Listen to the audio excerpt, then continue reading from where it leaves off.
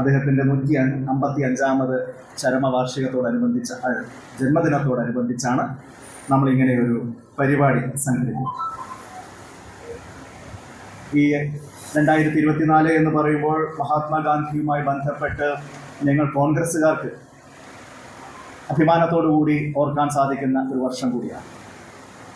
കാരണം മഹാത്മാഗാന്ധി ഏതെങ്കിലും ഒരു രാഷ്ട്രീയ പ്രസ്ഥാനത്തിൻ്റെ പ്രസിഡന്റ് പദവിയിൽ ഇരുന്നിട്ടുണ്ടെങ്കിൽ അത് ഇന്ത്യൻ നാഷണൽ കോൺഗ്രസിൻ്റെ പ്രസിഡന്റ് എന്ന് പറയുന്നത്. അതിൻ്റെ 100ാം വാർഷികമാണ് ഈ വർഷം. 1924 ബൽഗാം AICC സമ്മേളനത്തിൽ വെച്ചാണ് അദ്ദേഹം കോൺഗ്രസിൻ്റെ അധ്യക്ഷ പദവിയിലേക്ക് കടന്നു വരുന്നത്. അതുകൊണ്ട് തന്നെ ഇന്നലെ കേരളത്തിലെ വിപുലമായ ഗാന്ധി ജയന്തി ആഘോഷങ്ങൾ ബൂത്ത് അടിസ്ഥാനത്തിൽ തന്നെ സംഘടിപ്പിക്കാൻ ഞങ്ങൾ പാർട്ടി തലത്തിൽ തീരുമാനമെടുത്തു. ഒരു വർഷം മുഴുവൻ നീണ്ടു നിൽക്കുന്ന പ്രവർത്തനങ്ങളും പരിപാടികളുമാണ് അതുമായിട്ട് ബന്ധപ്പെട്ട് ആസൂത്രണം ചെയ്തിട്ടുള്ളത്. അതിൻ്റെ കാരണം മറ്റൊന്നുമല്ല, മഹാത്മാഗാന്ധി എന്ന് പറയും ഒരു കാലഘട്ടത്തിൽ ജനിച്ച്, ഒരു കാലഘട്ടത്തിൽ ജീവിച്ച്, ഒരു കാലഘട്ടത്തിൽ രക്തസാക്ഷിത്വം വരിച്ച പോയ കാലത്തിൻ്റെ ഒരു പ്രതിനിധി എന്ന നിലയിൽ മാത്രമല്ല നമ്മൾ കാണേണ്ടത് എന്നുള്ളത്. Gandhi is not past, Gandhi is the future എന്ന ഒരു മുദ്രാവാക്യം ഇന്ന് ലോകം മുഴുവൻ വലിയ രീതിയിൽ ചർച്ച ചെയ്യപ്പെടുന്നുണ്ട്. ഗാന്ധി ഒരു പഴമയല്ല, ഗാന്ധി ഭാവിയുടെ പ്രതീക്ഷയാണ്. നമുക്ക് വഴികാട്ടുന്ന ഒരു വിളക്കാണ്. നമ്മുടെ ദിശ എങ്ങോട്ടാകണം എന്നുള്ളത് നിർണ്ണയിക്കുന്ന ഒരു പ്രചോദനമാണ്. ആ നിലയിൽ പുതിയ തലമുറയ്ക്ക് മുമ്പിൽ ഗാന്ധിയൻ മൂല്യവിചാരങ്ങളെ കൃത്യമായി പുനരവതരിപ്പിക്കുക എന്ന് പറയുന്ന ഒരു കാലികമായിട്ട് ഉത്തരവാദിത്തമാണ് നമുക്ക് നിർവഹിക്കാനുള്ളത്. അതുകൊണ്ടാണ് ഗാന്ധിയുമായി ബന്ധപ്പെട്ട എന്തെങ്കിലും ഒരു അവസരം കിട്ടുമ്പോൾ അത് വിപുലമായി തന്നെ വിവിധ പരിപാടികളിലൂടെ നടത്തണം എന്ന് നമ്മൾ ആഗ്രഹിക്കുന്നു.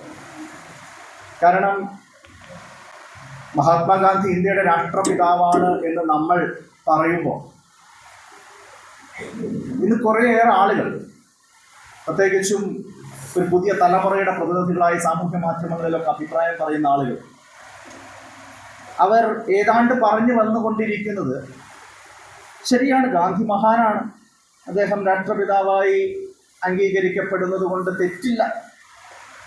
പക്ഷേ ഗോഡ്സെ അത്ര മോശക്കാരനൊന്നും ആയിരുന്നില്ല. ഗോഡ്സെ പറഞ്ഞതിലും ചില കാരണങ്ങളുണ്ടായിരുന്നു.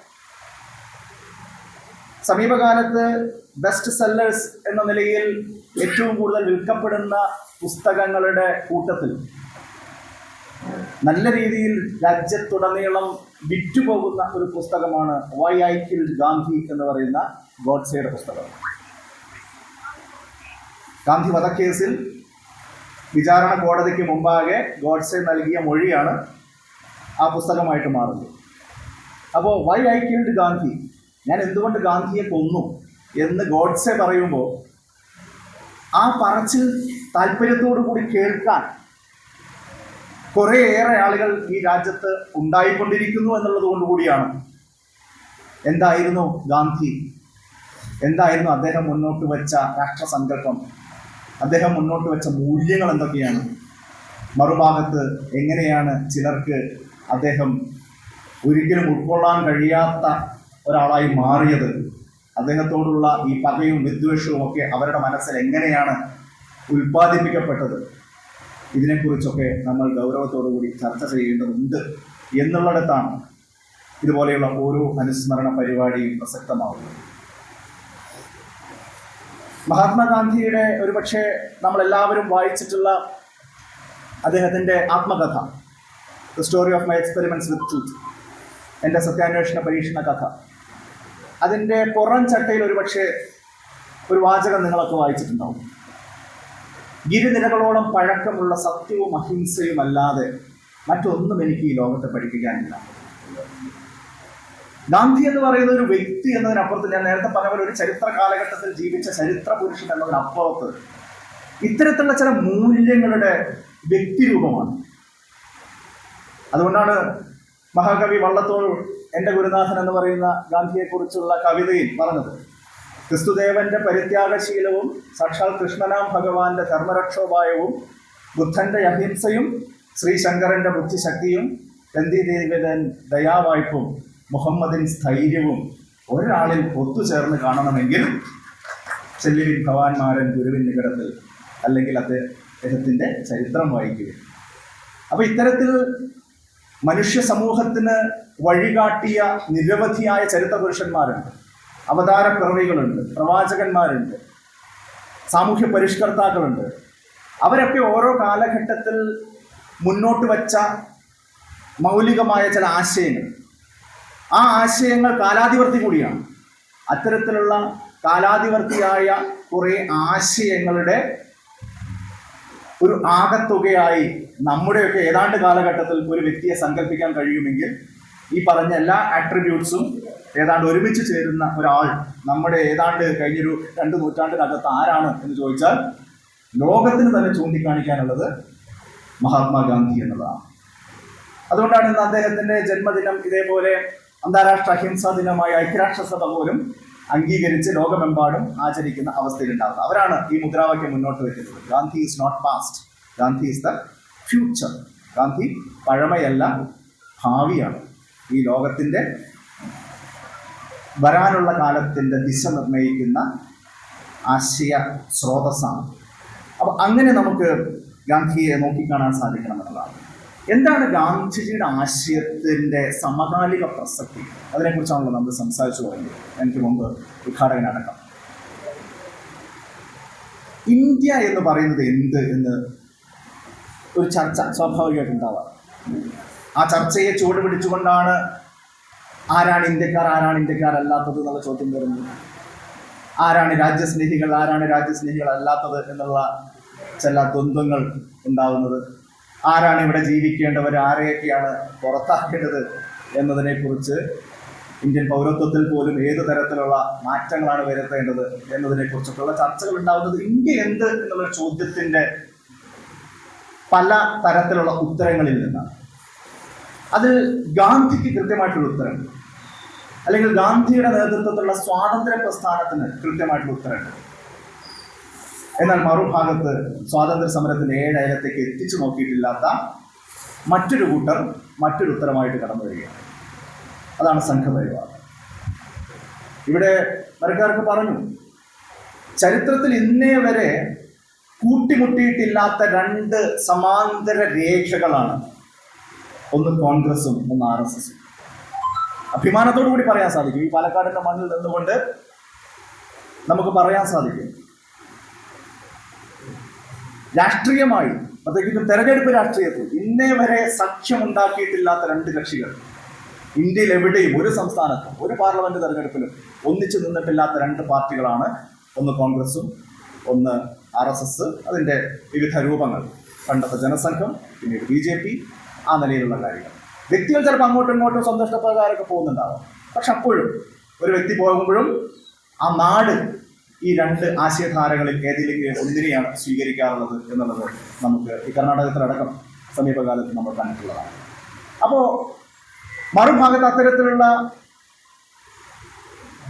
അവകാശവാദം കമ്മ്യൂണിസ്റ്റ് പാർട്ടിക്കടക്കം നടത്താൻ കഴിയില്ല എന്നുള്ളത് കൊണ്ടാണ് ഈ ഫാഷിസ്റ്റ് കമ്മ്യൂണിസ്റ്റ് കൂട്ടുകെട്ട് എന്നുള്ള ഒരു പ്രയോഗം എത്രയോ പതിറ്റാണ്ടുകൾക്ക് മുമ്പ് തന്നെ നിങ്ങൾ ഉന്നയിച്ചത്. കാരണം ഈ പാലക്കാടിൻ്റെ മണ്ണിൽ നിന്നുകൊണ്ടാണ് ഈ പറയുന്ന ശിവദാസ മേനോന്റെ ഇലക്ഷൻ പ്രചരണത്തിന് മുഖ്യ പ്രചാരകനായി അന്ന് LK അഡ്വാണി വന്ന് പ്രസംഗിച്ചത് എന്ന് ഈ നാടിൻ്റെ ചരിത്രമാണ്.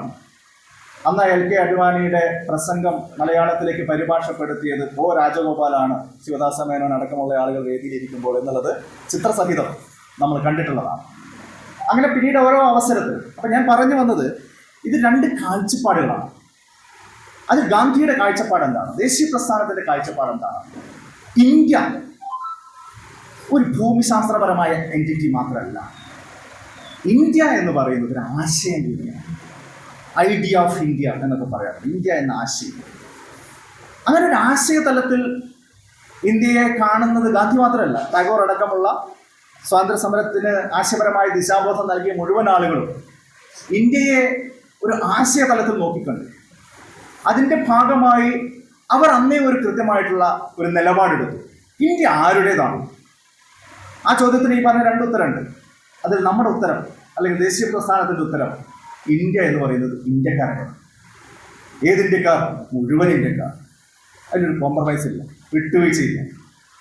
ഇന്നത്തെ സാഹചര്യത്തിൽ നമ്മൾ പറയുകയാണ് 142 കോടി മനുഷ്യർ ഈ രാജ്യത്തുണ്ട് എങ്കിൽ ഈ രാജ്യം ആരുടേതെന്ന ചോദ്യത്തിന് ആ 142 കോടി മനുഷ്യർക്കും തുല്യമായ അവകാശവും തുല്യമായ ഇടവും തുല്യമായ അഭിമാനബോധവുമുള്ള ഒരു നാടായി ഇന്ത്യ നിലനിൽക്കണം, ഇന്ത്യ മുന്നോട്ട് പോകണം എന്നുള്ളതാണ്. അതിനപ്പുറത്ത് മറ്റൊന്നും പറയാനില്ല. എന്നാൽ മറുഭാഗത്തുള്ള ആളുകൾ എന്താ പറയുന്നത്? ഇന്ത്യ എന്ന് പറഞ്ഞാൽ അങ്ങനെ എല്ലാവർക്കും ഉള്ളതല്ല. ഇവിടെ രണ്ട് വിഭാഗം, ഇവിടെ ഉണ്ടായിരുന്ന ആളുകൾ, വന്ന ആളുകൾ, അതിക്രമകാരികൾ. അപ്പം അതുകൊണ്ട് തന്നെ ഈ പല ആളുകൾ ചില ടെസ്റ്റ് പാസ്സാവണം, ചില കണ്ടീഷൻ സാറ്റിസ്ഫൈ ചെയ്യണം. എന്തൊക്കെയാണ് കണ്ടീഷൻ? അത് ഞങ്ങൾ പറയും 1 by 1 ആയിട്ട്. നിങ്ങളെങ്ങനെ വസ്ത്രം ധരിക്കണം, നിങ്ങളെങ്ങനെ മതവിശ്വാസം വെച്ച് നടത്തണം, നിങ്ങൾ ഏത് നാടിനെ എന്താ പറയുക ഒരു പുണ്യഭൂമിയായി കാണണം, ഇങ്ങനെയുള്ള ഓരോരോ കണ്ടീഷൻസ് പിന്നാലെ വരും. പക്ഷെ നമ്മൾ പറയുന്നത് അൺകണ്ടീഷണലി, യാതൊരു മാനദണ്ഡവുമില്ലാതെ, യാതൊരു തരത്തിലുള്ള പുതിയ നിബന്ധനകളുമില്ലാതെ ഇന്ത്യ എന്ന് പറയുന്നത് മുഴുവൻ ഇന്ത്യൻ പൗരന്മാർക്കും തുല്യമായ രീതിയിൽ അവകാശപ്പെട്ടതാണ്. ഈ രാജ്യം എത്രത്തോളം ഹിന്ദുക്കൾക്ക് അവകാശപ്പെട്ടതാണോ അത്രത്തോളം മുസ്ലിങ്ങൾക്ക് അവകാശപ്പെട്ടതാണ്, അത്രത്തോളം ക്രിസ്ത്യാനികൾക്ക് അവകാശപ്പെട്ടതാണ്, അത്രത്തോളം സിഖുകാർക്ക്, ബുദ്ധമതക്കാർക്ക്, ജൈനമതക്കാർക്ക്, യഹൂദ മതക്കാർക്ക്, പാഴ്സി മതക്കാർക്ക്. അതോടൊപ്പം പ്രത്യേകിച്ച് ഒരു മതത്തിലും പൂർണ്ണമായിട്ട് ഉൾപ്പെട്ടു എന്ന് പറയാത്ത എന്നെ പോലുള്ള ആളുകൾക്കും ഒരേപോലെ അവകാശമുള്ളതാണ്. കാരണം ഗാന്ധിയുടെ ആ കാഴ്ചപ്പാട് തുടക്കം മുതൽ എങ്ങനെയാണ്? ഇപ്പോൾ ഗാന്ധിജിയുടെ ഏറ്റവും പ്രധാനപ്പെട്ട നമ്മളൊക്കെ കേട്ടിട്ടുള്ള പ്രാർത്ഥനാ ഗീതം, അദ്ദേഹം എല്ലാ ദിവസവും വൈകുന്നേരങ്ങളിൽ പ്രാർത്ഥനാ സമ്മേളനങ്ങൾ, പ്രയർ മീറ്റിംഗ്സ് അദ്ദേഹത്തിൻ്റെ ആശ്രമത്തിൽ നടത്തുമായിരുന്നു നമുക്കറിയാം. അപ്പോൾ ആശ്രമവാസികളും എല്ലാ ആളുകളും വരും, ഇതുപോലെയുള്ള കുറേ പ്രാർത്ഥന ഉണ്ടാവും. അതിനുശേഷം ഗാന്ധി എന്തെങ്കിലും കുറിച്ച് സംസാരിക്കും. അതാണ് പിറ്റേ ദിവസത്തെ നാഷണൽ വാർത്ത. അപ്പോൾ അങ്ങനെയാണ്. ഇന്നത്തെ മൊബൈലും ഒന്നും ഇല്ലാത്ത സ്ഥലത്ത്, ലൈവ് കവറേജ് ഒന്നും ഇല്ലാത്ത സമയത്ത് എങ്ങനെയാണ് ആ മനുഷ്യൻ ഇത്രയധികം വലിയൊരു രാജ്യത്തോട് ദൈനംദിനം എന്ന നിലയിൽ സമ്പർക്കം പുലർത്തിയിരുന്നത്? തൻ്റെ ഒരു ചിന്ത ഈ രാജ്യത്തിൻ്റെ മുഴുവൻ ആശയമായി എങ്ങനെയാണ് അദ്ദേഹത്തിന് വികസിപ്പിക്കാൻ സാധിച്ചത്? നമുക്ക് വലിയ അത്ഭുതമാണ്. കാരണം കമ്മ്യൂണിക്കേഷൻ എന്ന് പറയുന്നത് ഒട്ടുമില്ലാത്തൊരു കാലത്ത് ഗാന്ധി എന്ന് പറയുന്ന ഒരു മനുഷ്യൻ എവിടെയോ ഇരുന്ന ഒരു ആശ്രമത്തിൽ ഇരുന്നൊരു കാര്യം പറയുമ്പോൾ ചിലപ്പോൾ ഒരാഴ്ച കഴിഞ്ഞിട്ടൊക്കെ ആയിരിക്കും അത് രാജ്യത്ത് എത്തുക പല ഭാഗങ്ങളും. പക്ഷെ അപ്പോൾ പോലും ഗാന്ധി പറയുന്നത് എന്ത് എന്ന് കാത്തിരിക്കുന്ന ഒരു ജനതയെ സൃഷ്ടിച്ചെടുക്കാൻ ആ കാലഘട്ടത്തിൽ അദ്ദേഹം സാധിച്ചിരുന്നു എന്നുള്ളത് സാന്ദർഭികമായിട്ട് വലിയൊരു അത്ഭുതമായിട്ട് നമ്മൾ കാണിക്കണം. അപ്പോൾ ഞാൻ പറഞ്ഞു വന്നത്, ആ പ്രാർത്ഥനാ ഗീതത്തിൽ അദ്ദേഹത്തിന് ഏറ്റവും ഇഷ്ടപ്പെട്ട ഒരു പ്രാർത്ഥനാ ഗീതമായിരുന്നു രഘുപതി രാഘവ രാജാറാം പതീത പാവന സീതാറാം എന്ന് പറയുന്നത്. രാംധുൻ എന്നാണ് അതിനെ പറയുക. ഈ പ്രാർത്ഥന യഥാർത്ഥത്തിൽ എത്രയോ പഴക്കമുള്ളതാണ്. ആരാണ് അതിൻ്റെ യഥാർത്ഥ രചയിതാവ് എന്ന് അറിയില്ല. പക്ഷെ തുളസീദാസാണ് 16-ാം നൂറ്റാണ്ടിൽ ഈ പ്രാർത്ഥന രൂപപ്പെടുത്തിയത് എന്നാണ് അനുമാനിക്കപ്പെടുന്നത്. പക്ഷെ ഗാന്ധി അതിൽ പലതരത്തിലുള്ള ഭേദഗതികൾ വരുത്തി. അങ്ങനെ ഗാന്ധി ആ പ്രാർത്ഥനാ ഗീതത്തിൽ വരുത്തിയ ഒരു ഭേദഗതിയാണ് ഞാൻ നേരത്തെ പറഞ്ഞതുപോലെ രഘുപതി രാഘവ രാജാറാം പതീത പാവന സീതാറാം. അതിനുശേഷം അദ്ദേഹം കൂട്ടിച്ചേർത്ത വാക്കുകളാണ് ഈശ്വർ അല്ലാ തേരേ നാം സബ്കോ സന്മതി ദേ ഭഗവാൻ. ഇത് ഒറിജിനൽ ഉള്ള പോലെ അല്ല, പക്ഷെ അദ്ദേഹത്തിൻ്റെ ഒരു ഇംപ്രവൈസേഷനാണ്, കൂട്ടിച്ചേർക്കലാണ്. ഈശ്വർ അല്ലാ തേരേ നാം, ഇത് രണ്ടും ഒന്ന് തന്നെയാണ്, ഒന്നിൻ്റെ രണ്ട് പേരുകളാണ്. ഇത് മനസ്സിലാക്കാനുള്ള സൽബുദ്ധി, സന്മതി ഈ നാട്ടിലെ ജനങ്ങൾക്ക് ഉണ്ടാവണമേ ദൈവമേ എന്നാണ് പറയുന്നത്. സബ്കോ സന്മതി ദേ ഭഗവാൻ, ഇത് മനസ്സിലാക്കാനുള്ള സന്മതി എല്ലാവർക്കും നൽകണമേ ദൈവമേ എന്നോ പടച്ചോനെന്നോ എന്ത് വേണമെങ്കിൽ വിശേഷിപ്പിക്കാം. ആ നിലയിലുള്ള ഒരു പ്രാർത്ഥനയാണ്. അപ്പോൾ ഓരോ ദിവസവും എന്ന നിലയിൽ അദ്ദേഹം ചിന്തിച്ചിരുന്നത് ഈ രാജ്യത്തിൻ്റെ ഐക്യത്തെക്കുറിച്ചാണ്, ഈ രാജ്യത്തെ എങ്ങനെയാണ് കൂട്ടിയിണക്കുക എന്നുള്ളതിനെക്കുറിച്ചാണ്. അവിടെയാണ് ഞാൻ നേരത്തെ പറഞ്ഞ കോൺഗ്രസും RSSും തമ്മിലുള്ളൊരു വ്യത്യാസം. കോൺഗ്രസ് എന്നുള്ള മാത്രമല്ല പറയുന്നത്. കാരണം സ്വാതന്ത്ര്യ സമരം ലോകത്ത് എവിടെയൊക്കെ നയിച്ചിട്ടുണ്ടോ, വിവിധ രാജ്യങ്ങൾ ഉണ്ടായിരുന്നല്ലോ പല രീതിയിലുള്ള കൊളോണിയലിസത്തിനെതിരായിട്ട്, വിദേശ ഭരണാധികാരികൾക്കെതിരായിട്ടുള്ള ജനകീയ മൂവ്മെന്റ്. അത്തരത്തിലുള്ള എല്ലാ മൂവ്മെന്റുകളുടെയും ഒരു പൊതു സ്വഭാവം എന്ത് എന്ന് ചോദിച്ചാൽ ഈ ആളുകളെ കൂട്ടിച്ചേർക്കുക എന്നുള്ളതാണ്. കാരണം അങ്ങനെ ഓരോരുത്തരും കൂട്ടിച്ചേർത്താലാണ് ഈ എക്സ്റ്റേണൽ ശത്രുവിനെതിരെ പോരാടാൻ പറ്റുള്ളൂ. പുറത്തുള്ള ശത്രുവിനെതിരായിട്ടാണല്ലോ നമ്മുടെ സമരം. അപ്പം എന്ത് വേണം? ഈ അകത്തുള്ള മുഴുവൻ ആളുകളെയും ആ നമുക്കിടയിലുള്ള അഭിപ്രായ വ്യത്യാസങ്ങളൊക്കെ തൽക്കാലത്തേക്ക് ഒന്ന് മൂടി വെച്ച് ഒരു പൊതു ലക്ഷ്യത്തിന്റെ പേരിൽ അണിനിരത്തണമെങ്കിൽ എന്ത് വേണം? എല്ലാവരെയും കൂട്ടിച്ചേർക്കണം, 1 by 1 ആയിട്ട് കൂട്ടിയിണക്കണം. അതൊരു സ്വാതന്ത്ര്യ പ്രസ്ഥാനത്തിന്റെ സ്വാഭാവികമായിട്ടുള്ള രീതിയാണ്. അതിന്റെ DNA ഏത് ലോകത്തിലെ ഏത് പ്രസ്ഥാനം എടുത്തു നോക്കിയാലും ഈ ഒരു സ്വഭാവം നമുക്ക് കാണാൻ സാധിക്കും. എന്തുകൊണ്ട് മറ്റവർക്ക് അത് ഇല്ല എന്ന് ചോദിച്ചാൽ അവരുടെ ഉത്തരവ് തന്നെയാണ്. അവർ സ്വാതന്ത്ര്യ സമരത്തിന്റെ ഭാഗമായിട്ടില്ല. ഒരിക്കലും ഇന്ത്യക്കാരെ പൊതുവായി അഡ്രസ് ചെയ്യേണ്ടി വന്നിട്ടില്ല. ഒരിക്കലും ഇന്ത്യക്കാർ ഒന്നിച്ചു നിൽക്കണം എന്നുള്ളൊരു തോന്നൽ തന്നെ അവർക്ക് ഉണ്ടായിട്ടില്ല. അവർക്ക് ഈ കുത്തിത്തിരിപ്പും പരസ്പരം തമ്മിലടിപ്പിക്കലും ബ്രിട്ടീഷുകാരുടെ ഡിവൈഡ് ആൻഡ് റൂളിന്റെ അതിന്റെ പ്രയോഗവൽക്കരണവും അല്ലാതെ അവർക്ക് മറ്റൊന്നിനെ കുറിച്ച് ചിന്തിക്കാൻ സാധിക്കില്ല. അപ്പോൾ ഗാന്ധിജിയുടെ തുടക്കം മുതലുള്ള അദ്ദേഹം 1915 കൂടിയാണല്ലോ ഇന്ത്യയിലേക്ക് തിരിച്ചു വരുന്നത്. അന്ന് തൊട്ടുള്ള അദ്ദേഹത്തിന്റെ ഓരോ പ്രവർത്തനം എടുത്തു നോക്കിയാൽ ഇന്ത്യക്കാരെ ഇങ്ങനെ 1 by 1 ആയി കൂട്ടിയിണക്കുക. ഒരു മാലയിൽ ഇങ്ങനെ നമ്മൾ പുഷ്പങ്ങളെ കോർത്തിണക്കുന്നത് പോലെ ഒന്നൊന്നായി ആർക്കെങ്കിലും ഒരാൾക്ക് ഒരു പരാതി ഉണ്ടെങ്കിൽ അത് പെട്ടെന്ന് പരിഹരിച്ച് അവരെ കൂടി വിശ്വാസത്തിലെടുത്ത് അവരെ കൂടി ഈ ഒരു ബാലൻസിങ് ടെക്നിക്ക് ഇത് ലോക ചരിത്രത്തിൽ ഇത്ര വിസ്മയകരമായി നടപ്പാക്കി വിജയിപ്പിച്ച അതിന് ഫലപ്രാപ്തിയിലെത്തിച്ച ഒരു രാഷ്ട്രീയ നേതാവ് മറ്റെവിടെയെങ്കിലും ഉണ്ടായിട്ടുണ്ടോ എന്ന് പറയാൻ സാധിക്കാം. അതിലാണ് അദ്ദേഹത്തിൻ്റെ ഒരു കരിസ്മയോ അദ്ദേഹത്തിൻ്റെ ഒരു എന്താ പറയുക ആ ഒരു ലീഡർഷിപ്പ് ക്വാളിറ്റീസ് ഒക്കെ നമുക്ക് കാണേണ്ടതായി. അപ്പം എന്തുകൊണ്ടാണ് ഖിലാഫത്ത് പോലുള്ള സമരങ്ങൾ പ്രസ്ഥാനങ്ങൾ ഗാന്ധിയുടെ ആഭിമുഖ്യത്തിൽ ആരംഭിച്ചതെന്ന് ചോദിച്ചാൽ ഇതാണ്. അതുവരെ സ്വാതന്ത്ര്യ സമരത്തിൻ്റെ മുഖ്യധാരയിലേക്ക് മുസ്ലിം ജനസമൂഹം വേണ്ട രീതിയിൽ കടന്നു വന്നിരുന്നില്ല. കുറച്ച് ആളുകൾ പല ഭാഗങ്ങളിൽ അത് വിദ്യാഭ്യാസപരവും സാമൂഹികമായിട്ടുള്ള പലതരത്തിലുള്ള കാരണങ്ങളുണ്ടായിരുന്നു.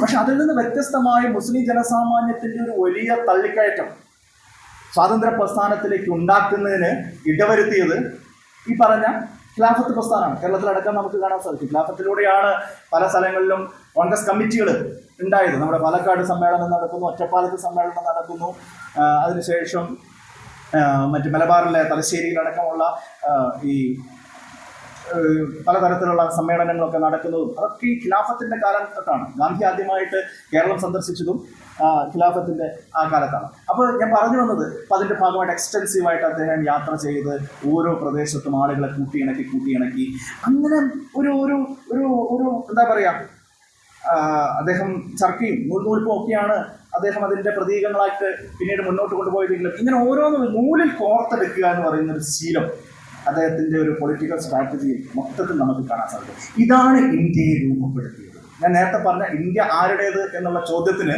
തുടക്കം തൊട്ട് തന്നെ ഗാന്ധി നൽകിയ ഉത്തരം ഇന്ത്യ എല്ലാവരുടേതുമാണ്, ഇന്ത്യ മുഴുവൻ ഇന്ത്യക്കാരുടേതുമാണ്. ഈ ആശയത്തെക്കുറിച്ചാണ് ഇന്ന് നമ്മൾ ചർച്ച ചെയ്യേണ്ടത് എന്നാണ് ഇതിൻ്റെ സമകാലികതയിലേക്ക്. ചരിത്രം നമ്മൾ ഒരുപാട് ചർച്ച ചെയ്യുന്നുണ്ട്. നമ്മൾ അതിൻ്റെ സമകാലികതയിലേക്ക് വരുമ്പോൾ ഈ ഒരു ആശയത്തെക്കുറിച്ചാണ് നമ്മൾ ഏറ്റവും കൂടുതൽ ചർച്ച ചെയ്യേണ്ടത് എന്നാണ് എനിക്ക് സൂചിപ്പിക്കാറ്. ഞാൻ വളരെ ദീർഘമായിട്ട് സംസാരിക്കുന്നില്ല. ഈ ഒരു 1-2 പോയിന്റിൽ പറഞ്ഞ് ചുരുക്കാമെന്ന് കരുതുകയാണ്. ഈ ഒരു ഉൾക്കൊള്ളലിൻ്റെ ചേർത്തുപിടിക്കലിൻ്റെ ആശയം ഇന്നത്തെ ഇന്ത്യയിൽ എവിടെ നിൽക്കുന്നു എന്നുള്ള ചോദ്യത്തിൻ്റെ ഉത്തരമായിട്ടാണ് നമ്മൾ വീണ്ടും ഗാന്ധിയിലേക്ക് നോക്കുന്നത്. കാരണം ഇന്ന് ഇന്ത്യ വലിയ രീതിയിൽ അപരവൽക്കരണത്തിൻ്റെ ഒരു പരീക്ഷണശാലയായി മാറിക്കൊണ്ടിരിക്കുകയാണ്. ലോകം മുഴുവൻ ഇസ്ലാമോഫോബിയ എന്ന് പറയുന്നത് ഒരു ട്രെൻഡായി മാറിക്കൊണ്ടിരിക്കുന്നു.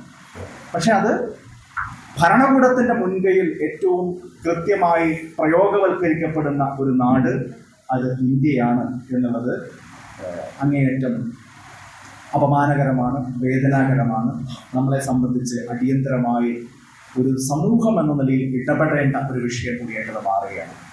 എത്രത്തോളമാണ് ഈ പറയുന്ന ഈ അപരവൽക്കരണം അല്ലെങ്കിൽ മാറ്റി നിർത്തൽ എന്ന് നോക്കുമ്പോൾ അപകടകരമാണ്. പലപ്പോഴും അത് ഒരു പുതിയ സ്വാഭാവികതയായി ഒരു ന്യൂ നോർമലായി മാറുന്നു എന്നുള്ളതാണ് നമ്മൾ കാണേണ്ടതായിട്ടുള്ളത്. ഇതിലൊരു അസ്വാഭാവികത അല്ലെങ്കിൽ ഇത് ശരിയല്ല, അത് തെറ്റാണ്, ഈ പ്രവണത നല്ലതല്ല എന്ന് പറയാൻ പോലും ആളുകൾ കഴിയാത്തവണ്ണം അതങ്ങനെയൊക്കെയല്ലേ എന്ന നിലയിലേക്ക് ആളുകൾ അതിനോട് സമരസപ്പെട്ടു പോവുകയാണെന്നുള്ളതാണ് കാണാൻ സാധിക്കുന്നത്. ഇപ്പം ഞാൻ സമീപ ദിവസങ്ങളിലൊക്കെ പറയുന്നൊരു ഉദാഹരണം, ഇപ്പോൾ ബംഗ്ലാദേശിലൊരു ഭരണമാറ്റം നടന്നു അല്ലേ. അവിടെ മുഹമ്മദ് യൂനുസിൻ്റെ നേതൃത്വത്തിൽ ഒരു ഇടക്കാല സർക്കാരാണ് ഇപ്പോൾ ഉണ്ടായിട്ടുള്ളത്. ഞാൻ ആ ഇടക്കാല സർക്കാരിലെ മന്ത്രിമാരെ പരിശോധിച്ചപ്പോൾ 16 മന്ത്രിമാരിൽ 2 പേർ അവിടെ മുസ്ലിമേതര വിഭാഗത്തിൻ്റെ പ്രതിനിധികളാണ്, ഹിന്ദു വിഭാഗത്തിൻ്റെ പ്രതിനിധികളാണ്. എന്നാൽ ബംഗ്ലാദേശിൻ്റെ ജനസംഖ്യയിൽ ഹിന്ദുക്കൾ എത്ര ശതമാനം ഉണ്ടെന്ന് ചോദിച്ചാൽ വെറും 6%. അത് 94% മുസ്ലിങ്ങളാണ് ബംഗ്ലാദേശിലുള്ളത്. എന്നിട്ട് പോലും 16 അംഗ ക്യാബിനറ്റിൽ 2 പേർ ഹിന്ദുക്കളുടെ പ്രതിനിധികളാണ്. നേരത്തെ ഷെയ്ഖ് ഹസീന ഉണ്ടായിരുന്ന സമയത്ത് ഇത് 4 മന്ത്രിമാർ വരെ ഉണ്ടായിരുന്ന ഒരു ഘട്ടത്തിൽ. അപ്പോൾ ആ പാറ്റേൺ അവരെ കഴിഞ്ഞ കുറേ കാലമായിട്ട് തുടരുകയാണ്. പക്ഷേ ഇന്ത്യയിൽ മുസ്ലിങ്ങളുടെ ജനസംഖ്യ ഏതാണ്ട് 16%. ക്രിസ്ത്യാനികളും മറ്റ് ന്യൂനപക്ഷങ്ങളും എല്ലാം കൂടി കഴിഞ്ഞാൽ ഏതാണ്ട് 20%-ഓളം ന്യൂനപക്ഷങ്ങളാണ്. പക്ഷേ ഇന്ത്യയിൽ ഒരു 70-അംഗ ക്യാബിനറ്റ് നരേന്ദ്രമോദി ഉണ്ടാക്കുമ്പോൾ അതിൽ ഇനി 16 ഇല്ല 10% എന്ന് വിവരിക്കാം. ഒരു 7 മന്ത്രിമാർ ഈ പറഞ്ഞ വിഭാഗത്തിൽ നിന്ന് ഉണ്ടാവണം. 7 മന്ത്രിമാരില്ല, 6 മന്ത്രിമാരില്ല, 5 ഇല്ല, 4 ഇല്ല, 3 ഇല്ല, 2 ഇല്ല, 1 ഇല്ല. പേരിന് ഒരാളെ പോലും തൻ്റെ ക്യാബിനറ്റിൽ ഉൾക്കൊള്ളിക്കാൻ, ഒരു സഹമന്ത്രിയായിട്ടെങ്കിലും കൗൺസിൽ ഓഫ് മിനിസ്റ്റേഴ്സിൻ്റെ കൂട്ടത്തിൽ ഉൾക്കൊള്ളിക്കാൻ നരേന്ദ്രമോദി മനസ്സ് കാണിക്കുന്നില്ല എന്നുള്ളതാണ്. ഒന്ന് ആലോചിച്ച് നോക്കൂ. ഇത്രയധികം മാറ്റി നിർത്തൽ, ഒഴിച്ചു നിർത്തൽ, അതിനെക്കുറിച്ച് എവിടെയെങ്കിലും ചർച്ച നടക്കുന്നുണ്ട്? ഏതെങ്കിലും ഒരു രാഷ്ട്രീയ പ്രസ്ഥാനം അതൊരു ഇഷ്യൂ ആയിട്ട് ഉയർത്തുന്നുണ്ട്? നമ്മളെന്താ മോദി ഗവൺമെൻറ് അല്ലേ, നമ്മൾ പ്രതീക്ഷിക്കാതെ പോകണ്ട, എന്നുള്ള നിലയിലേക്ക് മാറിയ മോദി ഗവൺമെൻറ് ആണെങ്കിലും വേറെ ഏത് ഗവൺമെൻറ് ആണെങ്കിലും ഇന്ത്യയുടെ ഗവൺമെൻറ് ആണല്ലോ. അവിടെയാണ് പ്രിയപ്പെട്ട ശ്രീ രാഹുൽ ഗാന്ധി മുന്നോട്ട് വയ്ക്കുന്ന ചില ആശയങ്ങൾ, സമീപകാലത്ത് അദ്ദേഹം വളരെ ആർജവത്തോടു കൂടി ആവർത്തിക്കുന്ന ചില മുദ്രാവാക്യങ്ങൾ വളരെ പ്രധാനമാകുന്നു. അദ്ദേഹം കഴിഞ്ഞ ബജറ്റ് ചർച്ച വേളയിലൊക്കെ പാർലമെന്റിൽ പറയുന്ന ചില കാര്യങ്ങളുണ്ടല്ലോ. ഇന്ത്യയുടെ വൈവിധ്യങ്ങളെ, ഇന്ത്യയുടെ എല്ലാ അധികാര സ്ട്രക്ചേഴ്സും ആ നിലയിൽ റിഫ്ലക്റ്റ് ചെയ്യണം എന്നുള്ളതാണ് നമ്മുടെ രാഷ്ട്രീയം. ഞാൻ കോൺഗ്രസിൻ്റെ പ്രതിനിധി എന്ന നിലയിൽ തന്നെ പറയട്ടെ, കോൺഗ്രസിൻ്റെ രാഷ്ട്രീയത്തിൻ്റെ ഇന്നത്തെ ഏറ്റവും പ്രധാനപ്പെട്ട ഒരു ബേസ് എന്ന് പറയുന്നത്, അല്ലെങ്കിൽ മുന്നോട്ട് വയ്ക്കുന്ന ഏറ്റവും പ്രധാനപ്പെട്ട മുദ്രാവാക്യം ഇതാണ്: ജനാധിപത്യം എന്ന് പറയുന്നത് അടിസ്ഥാനപരമായി റെപ്രസെൻറ്റേറ്റീവ് ആവുക എന്നുള്ളതാണ് അതിൻ്റെ ഉത്തരവാദിത്വം. ഒരു രാജ്യത്ത് ഞാൻ നേരത്തെ പറഞ്ഞ എന്തെല്ലാം തരം വൈവിധ്യങ്ങളുണ്ടോ ആ വൈവിധ്യങ്ങളെ ഏറിയും കുറഞ്ഞും നമ്മുടെ എല്ലാ അധികാര ഘടനകളിലും നമുക്ക് അതേപടി കാണാൻ സാധിക്കും. കൃത്യമായിട്ടുള്ള ശതമാനം വെച്ച് വീതം വെക്കണം എന്നുള്ളതല്ല ഉദ്ദേശം. പക്ഷേ വളരെ വലിയ വ്യത്യാസം ഉണ്ടാവില്ല, വളരെ വലിയ. ഇതേപോലെ ഒരു 15% അവകാശപ്പെട്ട ആളുകൾക്ക് 1% പോലും കൊടുക്കില്ല എന്ന് പറയുന്ന തരത്തിലുള്ള പൂർണ്ണമായ മാറ്റി നിർത്തൽ, ഒഴിച്ചു നിർത്തൽ, അപരവൽക്കരണം ഒരു കാരണവശാലും ഉണ്ടാവരുത്. അതുകൊണ്ട് അത് ഈ ക്യാബിനറ്റിലെ മന്ത്രിമാരോ അല്ലെങ്കിൽ അത്തരത്തിലുള്ള രാഷ്ട്രീയ പദവികളിലോ മാത്രമല്ല. അതാണ് രാഹുൽ ഗാന്ധി പറഞ്ഞത്, ഈ ബജറ്റ് തയ്യാറാക്കുന്നതിൽ 20 പ്രധാനപ്പെട്ട ഉദ്യോഗസ്ഥന്മാരുണ്ട്, അതിലൊരു പിന്നോക്കക്കാരനുണ്ടോ, ഒരു ന്യൂനപക്ഷമുണ്ടോ, ഒരു ദളിതുണ്ടോ, ഒരു ആദിവാസി ഉണ്ടോ എന്ന് അദ്ദേഹം ചോദിക്കുന്നത് ഈ അർത്ഥത്തിലാണ്. അപ്പോൾ അടിയന്തരമായി നമുക്ക് ഈ കാര്യത്തിൽ ഒരു സെൻസസ് നടത്തണം, കൃത്യമായിട്ടുള്ള വിവരശേഖരണം നടത്തണം, കണക്കെടുപ്പ് നടത്തണം. കണക്ക് വെച്ചിട്ടാണല്ലോ നമുക്ക് ഇതൊക്കെ പറയാൻ പറ്റുള്ളൂ. ഒരു കണക്കെടുപ്പുണ്ടെങ്കിലാണ് ആ കണക്കിനെ വെച്ചുകൊണ്ട് ഇതാ കണക്കിൽ ഇത്ര കിട്ടണമായിരുന്നു, ഇത്ര കിട്ടിയിട്ടില്ല എന്ന് നമുക്ക് പറയാൻ പറ്റുള്ളൂ. ഞാൻ വീണ്ടും ആവർത്തിക്കുന്നു, ജനാധിപത്യം എന്ന് പറയുന്നത് അടിസ്ഥാനപരമായി അത് പ്രാതിനിധ്യപരമാണ്. പ്രാതിനിധ്യം നമ്മൾ ഉറപ്പുവരുത്തിയാൽ മതി, ബാക്കി 90% കാര്യങ്ങൾ തന്നെ നടക്കും. അതാണ് നമ്മളെല്ലാവരും മനസ്സിലാക്കേണ്ട. എനിക്ക് ഈ പ്രസംഗത്തിൽ പറയാനുള്ള ഒരേ ഒരു പോയിന്റ് ഏതെന്ന് ചോദിച്ചാൽ ഇതാണ്: ജനാധിപത്യം പ്രാതിനിധ്യപരമായിരിക്കണം. പ്രാതിനിധ്യം ഉറപ്പുവരുത്തിയാൽ ബാക്കി പല കാര്യങ്ങളും തന്നെ നടക്കും. 90% കാര്യങ്ങളും തന്നെ ഓട്ടോമാറ്റിക് അതിനൊരു തീരുമാനം ഉണ്ടാവും. പക്ഷേ പ്രാതിനിധ്യം ഉണ്ടാവുന്നില്ലെങ്കിൽ, ഏതെങ്കിലും ഒരു വിഭാഗത്തിന് അവരുടെ അഭിപ്രായം പറയാനുള്ള ആളുകൾ ഉണ്ടാവുന്നില്ലെങ്കിൽ ഈ സ്ട്രക്ചറുകൾ വീണ്ടും വീണ്ടും ഏതെങ്കിലും ചില ആളുകളുടെ കയ്യിലേക്ക് മാത്രമായി ചുരുങ്ങും. അപ്പോൾ അതുകൊണ്ടാണ് പറയുന്നത് ഈ കണക്കെടുപ്പ് വളരെ പ്രധാനമാണ്. ആ കണക്കെടുപ്പിന് വേണ്ടി ഒരു സോഷ്യോ ഇക്കണോമിക് കാസ്റ്റ് സെൻസസ്, ഒരു ജാതി സെൻസസ് എന്ന് നമ്മൾ ചുരുക്കത്തിൽ പറയുന്ന ഈ സെൻസസ് നടത്തണം. അതിൽ നമുക്ക് കൃത്യമായിട്ട് കണക്കെടുക്കാൻ പറ്റണം. ന്യൂനപക്ഷങ്ങൾ എത്രയാണ്, ഓരോ ന്യൂനപക്ഷം എത്രയാണ്, ദളിത് എത്രയാണ്, മഹാദളിത് എത്രയാണ്, ആദിവാസി എത്രയാണ്, പിന്നോക്കക്കാർ എത്രയാണ്, സവർണ വിഭാഗങ്ങൾ എത്രയാണ്. അതിൻ്റെ അടിസ്ഥാനത്തിലാണ് അധികാര പദവികൾ ഉണ്ടാവേണ്ടത് എന്നൊരു തോന്നലെങ്കിലും ഉണ്ടാവും. നാടുകളിൽ അതിനെ ഒരു പരിധി വിട്ട് ലംഘിക്കാൻ കഴിയാത്ത ഒരു സമ്മർദ്ദത്തിൻ്റെ സാമൂഹ്യ അന്തരീക്ഷം നമുക്ക് ഡെവലപ്പ് ചെയ്യാൻ സാധിക്കും. എന്നാലാണ് ജനാധിപത്യം അർത്ഥപൂർണ്ണമാവുക. എന്നാലാണ് എല്ലാ വിഭാഗം ആളുകൾക്കും ഇത് എൻ്റെയാണ്, എനിക്ക് കൂടി സ്റ്റേക്കുള്ളതാണ്, എന്നെ മാറ്റി നിർത്തുന്നില്ല, ഈ സിസ്റ്റത്തിൽ ഞാൻ അപമാനിക്കപ്പെടുന്നില്ല, വേട്ടയാടപ്പെടുന്നില്ല, എൻ്റെ ശബ്ദം കേൾക്കപ്പെടുന്നുണ്ട്. എൻ്റെ കൂട്ടത്തിലുള്ള ആളുകൾ ചിലപ്പോൾ എണ്ണത്തിൽ കുറവായിരിക്കാം, പക്ഷെ അതിൻ്റെ പേരിൽ ഞാൻ 2ാം കിടക്കാരനാവുന്നില്ല, ഞാൻ 2ാം കിട പൗരനാവുന്നില്ല, ഈ ഒരു തോന്നൽ ഈ 142 കോടി മനുഷ്യരുടെയും മനസ്സിനകത്ത് ഉണ്ടാക്കുക എന്നുള്ളതാണ് ജനാധിപത്യത്തിലെ ഏറ്റവും പ്രധാനപ്പെട്ട ഉത്തരവാദിത്വം. അത് നിർവഹിക്കപ്പെടുന്നില്ല എന്നുള്ളതാണ് ഇന്ന് ഇന്ത്യൻ ജനാധിപത്യം നേരിട്ട ഏറ്റവും വലിയ വെല്ലുവിളി എന്നുകൂടി നമുക്ക് കാണാൻ സാധിക്കുന്നത്. ഇവിടെയാണ് ഈ കേരളത്തിൽ സമീപ ദിവസങ്ങളിൽ നമ്മളൊക്കെ ചർച്ച ചെയ്യുന്നതാണ്. ഈ കേരളത്തിൽ ഇതുപോലുള്ള വല്ല കാര്യങ്ങളും ചർച്ച ചെയ്യാൻ കമ്മ്യൂണിസ്റ്റ് പാർട്ടിക്ക് സാധിക്കും. കാരണം അവർ ഈ കൺസെപ്റ്റിനെ അടിസ്ഥാനപരമായിട്ട് എതിരാണ്. ഈ സ്വത്ത് രാഷ്ട്രീയം എന്ന് പറയുന്ന ആശയത്തെ ആശയപരമായി തന്നെ നിരാകരിക്കുകയാണ്. അതുകൊണ്ടാണ് അവരുടെ ഒരു ക്യാബിനറ്റ് ഉണ്ടാകുമ്പോൾ അതിൽ പകുതിയിലേറെ മന്ത്രിമാർ ഒരു പ്രത്യേക ജാതിയിൽ നിന്ന് മാത്രം ഉണ്ടാവുന്നത്, മതവിഭാഗം മാത്രമല്ല, പർട്ടിക്കുലർ ജാതി. അപ്പോൾ അവർക്ക് അതൊന്നും വിഷയമല്ല. അപ്പോൾ ഇങ്ങനെ കേരളത്തിലെ കമ്മ്യൂണിസ്റ്റുകാർ അവരാണ് പലപ്പോഴും സംഘപരിവാറിന് പലതരത്തിലുള്ള ആയുധങ്ങൾ കൊടുക്കുന്നത്. ഇപ്പോൾ സവർണ സംവരണം എന്ന് പറയുന്ന ആശയം ഇന്ത്യയിൽ സംഘപരിവാറിൻ്റെ നേതൃത്വത്തിലുള്ള നിരവധി സംസ്ഥാന സർക്കാരുകൾ പോലും നടപ്പാക്കാൻ ധൈര്യപ്പെടാതിരുന്ന ഒരു കാര്യമാണ്. ഉത്തർപ്രദേശിലും ബീഹാറിലും അല്ലെങ്കിൽ ഗുജറാത്തിലുമൊക്കെ എത്രയോ കാലങ്ങളായി BJPയുടെ സർക്കാരുകൾ ഉണ്ടായിട്ടും അവിടെ ഒന്നും നടപ്പാക്കാൻ കഴിയാതിരുന്ന ആ കാര്യം ഇന്ത്യയിൽ ആദ്യമായി ഒരു സംസ്ഥാന സർക്കാർ നടപ്പാക്കിയത് കഴിഞ്ഞ പിണറായി വിജയൻ സർക്കാർ കേരളത്തിലാണ് എന്നതാണ്. അതിനുശേഷമാണത് രാജ്യം മുഴുവൻ നടപ്പാക്കാനുള്ളൊരു ആത്മവിശ്വാസത്തിലേക്ക് RSS പോലും മാറിയത്. അങ്ങനെ ഓരോ വിഷയം എടുത്തു നോക്കുമ്പോഴും ഇവിടുത്തെ ന്യൂനപക്ഷങ്ങളെ, പ്രത്യേകിച്ച് മുസ്ലിം മതവിഭാഗത്തെ അപരവൽക്കരിക്കാനുള്ള സംഘപരിവാറിൻ്റെ നയങ്ങൾക്ക്, അവരുടെ കുതന്ത്രങ്ങൾക്ക് ഒളിഞ്ഞും തെളിഞ്ഞും കൂട്ടുനിൽക്കുന്ന, അതിനെ പ്രോത്സാഹിപ്പിക്കുന്ന, അതിൽ നിന്ന് രാഷ്ട്രീയ ലാഭം കൊയ്യാമെന്ന് കരുതി ദുഷ്ടലാക്കോടുകൂടി കാത്തിരിക്കുന്ന ഒരു അവസ്ഥയിലേക്ക് പിണറായി വിജയൻ്റെ നേതൃത്വത്തിലുള്ള കമ്മ്യൂണിസ്റ്റ് പാർട്ടിയും സർക്കാരും കഴിഞ്ഞ 8 വർഷം കൊണ്ട് മാറിയിരിക്കുന്നു എന്നുള്ളതിൻ്റെ ആ തകർച്ചയുടെ പൂർണ്ണ ചിത്രം ഇപ്പോൾ ജനങ്ങൾക്ക് മുമ്പിൽ അനാവൃതമായിക്കൊണ്ടിരിക്കുന്നു എന്ന് മാത്രമേ ഉള്ളൂ. ഇത് ഇന്നലെ തുടങ്ങിയതല്ല. നമ്മൾ ഫസ്റ്റ് പോലെ പിണറായി വിജയന്റെ സർക്കാരിൽ RSSന് സ്വാധീനമുണ്ടാകുന്നു എന്നുള്ള ആക്ഷേപം കുറച്ചാളുകൾ ഇപ്പോഴാവും ചിലപ്പോൾ ശ്രദ്ധിച്ചു തുടങ്ങിയിട്ടുണ്ടാവുക. ഇപ്പോഴത്തെ പുതിയ അവരുടെ കൂട്ടത്തിൽ നിന്ന് ജയിച്ചു വന്ന ഒരു MLAയുടെ ഒരു പരസ്യ പ്രതികരണങ്ങളും അതുമായി ബന്ധപ്പെട്ട ദിവസം അങ്ങോട്ടും ഇങ്ങോട്ടും നടത്തിക്കൊണ്ടിരിക്കുന്ന വാഗ്വാദങ്ങളും പത്രസമ്മേളനങ്ങളും അതിൻ്റെയൊക്കെ ഭാഗമായിട്ടാണ് കുറേ ആളുകൾ അത് ശ്രദ്ധിച്ചു തുടങ്ങി. പക്ഷെ നമ്മളിത് എത്ര കാലമായി പറഞ്ഞു തുടങ്ങിയത്? 8 വർഷമായിട്ട് നമ്മൾ പറഞ്ഞുകൊണ്ടിരിക്കുകയാണ്. കാരണം അന്ന് മുതലേ ഇത് പറയപ്പെടാനുള്ള കാരണങ്ങളുണ്ട്. പിണറായി വിജയൻ കേരളത്തിന്റെ മുഖ്യമന്ത്രി ആയതിനു ശേഷം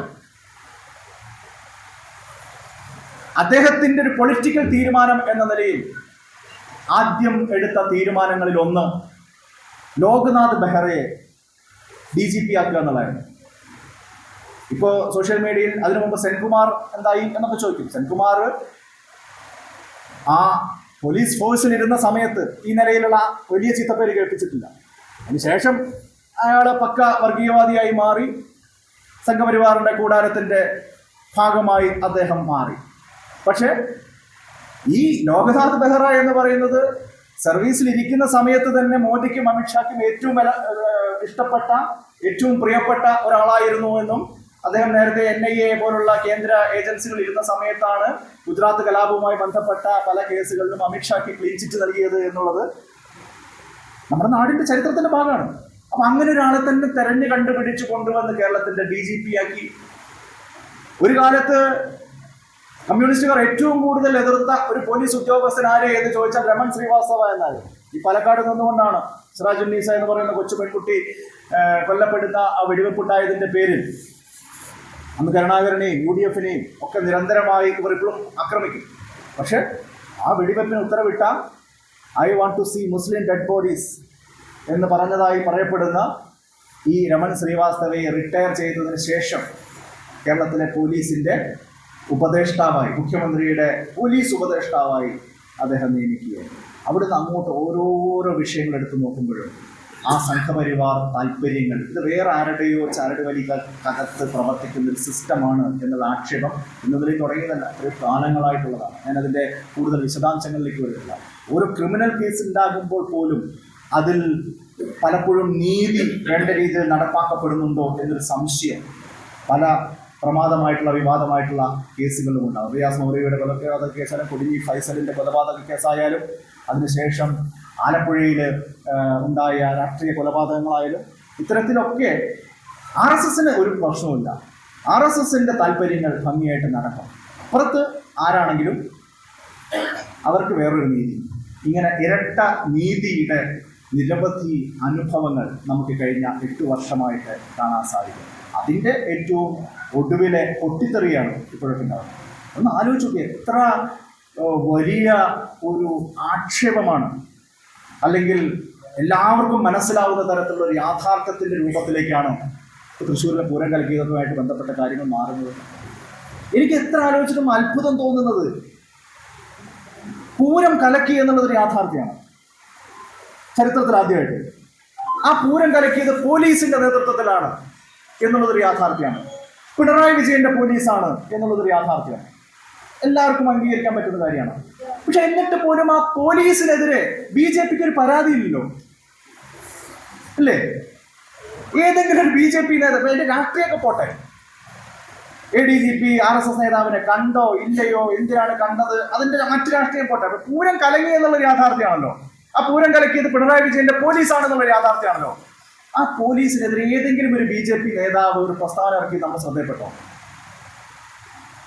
ഒഴുക്കമ്പട്ടിൽ ആരെങ്കിലും പറഞ്ഞോ എന്നറിയില്ല. പക്ഷെ ഒരു സമരം പോലും നടന്നു, ഒരു മുദ്രാവാക്യം പോലും നടന്നില്ല. ഇങ്ങനെയാണോ BJP വേറൊരു വിഷയം കിട്ടിയാൽ കൈകാര്യം ചെയ്യുക? ശബരിമലയിൽ ഇതൊന്നും അല്ലല്ലോ കണ്ടത്. വേറെ ഏതെങ്കിലും വിഷയം കിട്ടിയാൽ ഇതല്ലല്ലോ അവരുടെ രീതി.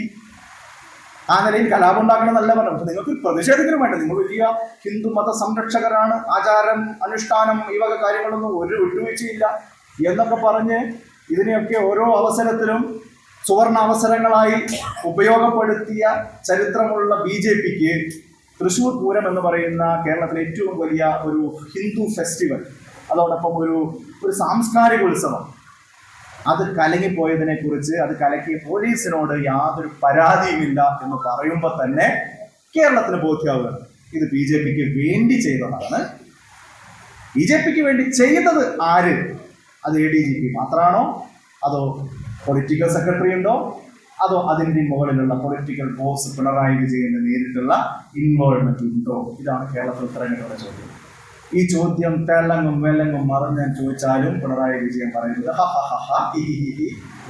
എന്ന് പറഞ്ഞുകൊണ്ട് പിണറായി വിജയൻ ഇന്നത്തെ പത്രസമ്മേളനത്തിൽ ഉരുണ്ട് കളിക്കുന്ന കാഴ്ചയാണ് നമ്മൾ കണ്ടത്. ഒരന്വേഷണം കഴിഞ്ഞ് വേറൊരു അന്വേഷണം, ഇനിയിപ്പോൾ DGP വീണ്ടും അന്വേഷിക്കുന്നു, ക്രൈംബ്രാഞ്ച് വീണ്ടും അന്വേഷിക്കുന്നു.